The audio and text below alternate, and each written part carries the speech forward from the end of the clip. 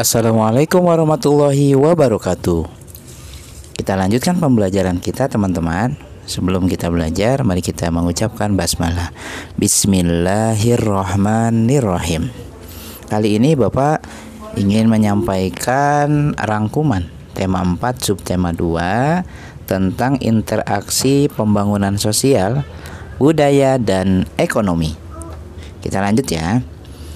Interaksi merupakan suatu kebutuhan dalam pembangunan suatu masyarakat maupun negara. Interaksi manusia dengan lingkungannya dapat mempengaruhi pembangunan sosial budaya. Interaksi sosial terjadi dalam berbagai lingkungan, baik lingkungan alam, lingkungan sosial, lingkungan budaya, lingkungan ekonomi, dan lingkungan pendidikan. Interaksi manusia dengan lingkungan alam dapat berpengaruh dalam pembangunan sosial budaya. Manusia memerlukan bahan pangan, sandang, maupun papan yang disediakan oleh alam. Contoh interaksi manusia dengan lingkungan dalam pembangunan ekonomi, sosial, dan budaya. Sebuah daerah memiliki tanah yang cocok untuk menanam pohon jati, sehingga masyarakat sekitar banyak yang menanam pohon jati. Seseorang memanfaatkan kayu jati untuk memproduksi barang seperti kursi, meja, dan lemari. Pengusaha memberdayakan masyarakat sekitar sebagai pemasok kayu dan tenaga kerjanya. Pengaruh interaksi manusia terhadap lingkungan bagi masyarakat. Pemanfaatan sumber daya alam secara maksimal berupa kayu jati dari kebutuhan manusia. Meningkatnya kesejahteraan masyarakat, terbukanya lapangan kerja bagi masyarakat sekitar, manfaat pengusaha atau pengrajin bagi masyarakat di sekitar, meningkatkan taraf hidup atau kesejahteraan masyarakat, membuka lapangan pekerjaan baru, memenuhi kebutuhan masyarakat terhadap barang yang dibutuhkan. Usaha-usaha yang dilakukan pengrajin untuk mengurangi kerusakan lingkungan akibat usahanya. Menyarankan kepada pemasok bahan baku untuk menjaga kelestarian lingkungan dengan melakukan rebam kembali setiap pohon yang ditebang dengan lebih banyak pohon yang ditanamnya. Memanfaatkan bahan baku yang tidak digunakan untuk dijadikan benda kreatif. Hubungan ketergantungan pengusaha dengan masyarakat. Pengusaha membutuhkan pasokan bahan baku dari masyarakat. Pemasok kayu membutuhkan pengusaha untuk membeli kayunya. Dari hubungan ketergantungan tersebut, keduanya memperoleh keuntungan berupa uang. Pengusaha membutuhkan masyarakat di sekitarnya sebagai tenaga kerja. Masyarakat di sekitarnya membutuhkan pekerjaan dari pengusaha. Dari hubungan ketergantungan tersebut, keduanya memperoleh keuntungan berupa uang.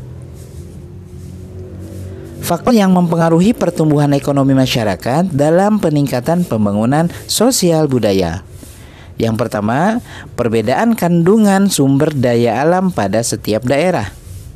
Daerah yang kandungan sumber daya alamnya cukup tinggi dan melimpah akan memproduksi barang-barang tertentu dengan biaya relatif murah dibanding dengan daerah lain yang memiliki kandungan sumber daya alam lebih rendah.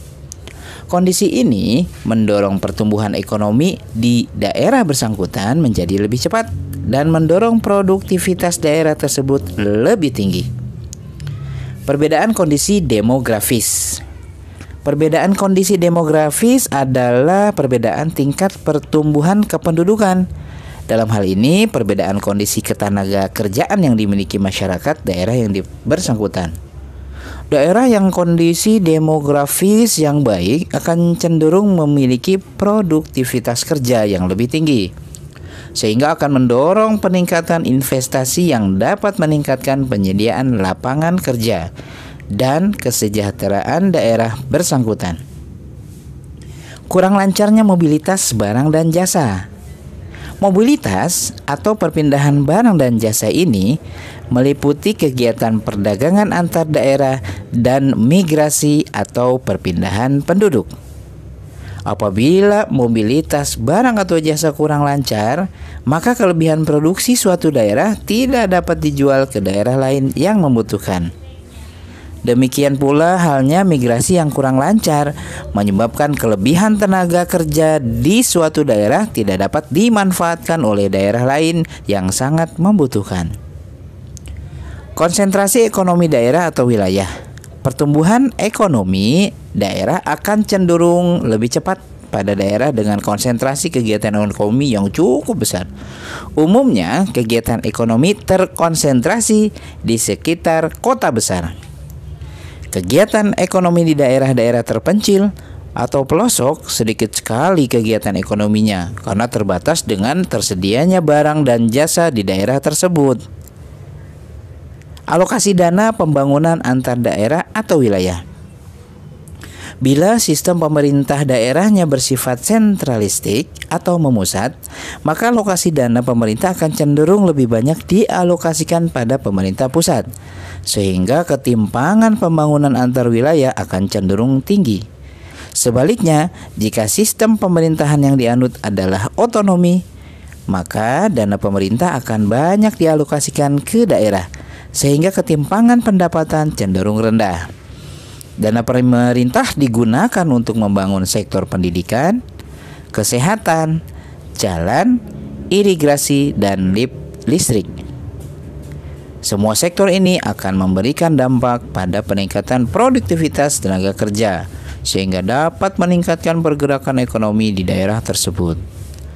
Kepentingan masyarakat yang belum bisa terpenuhi di daerah yang satu akan bisa terpenuhi dengan berinteraksi dengan masyarakat dari daerah lain. Interaksi yang terjalin di masyarakat untuk menutupi kekurangan masing-masing sehingga dapat memenuhi kebutuhannya dengan baik. Teman-teman, itu penjelasan untuk pembelajaran IPS pada hari ini. Silakan kalian mengerjakan latihan yang sudah tersedia di Google Classroom. Selamat belajar. Bila ada pertanyaan silakan diajukan di grup yang sudah disediakan. Terima kasih. Wassalamualaikum warahmatullahi wabarakatuh.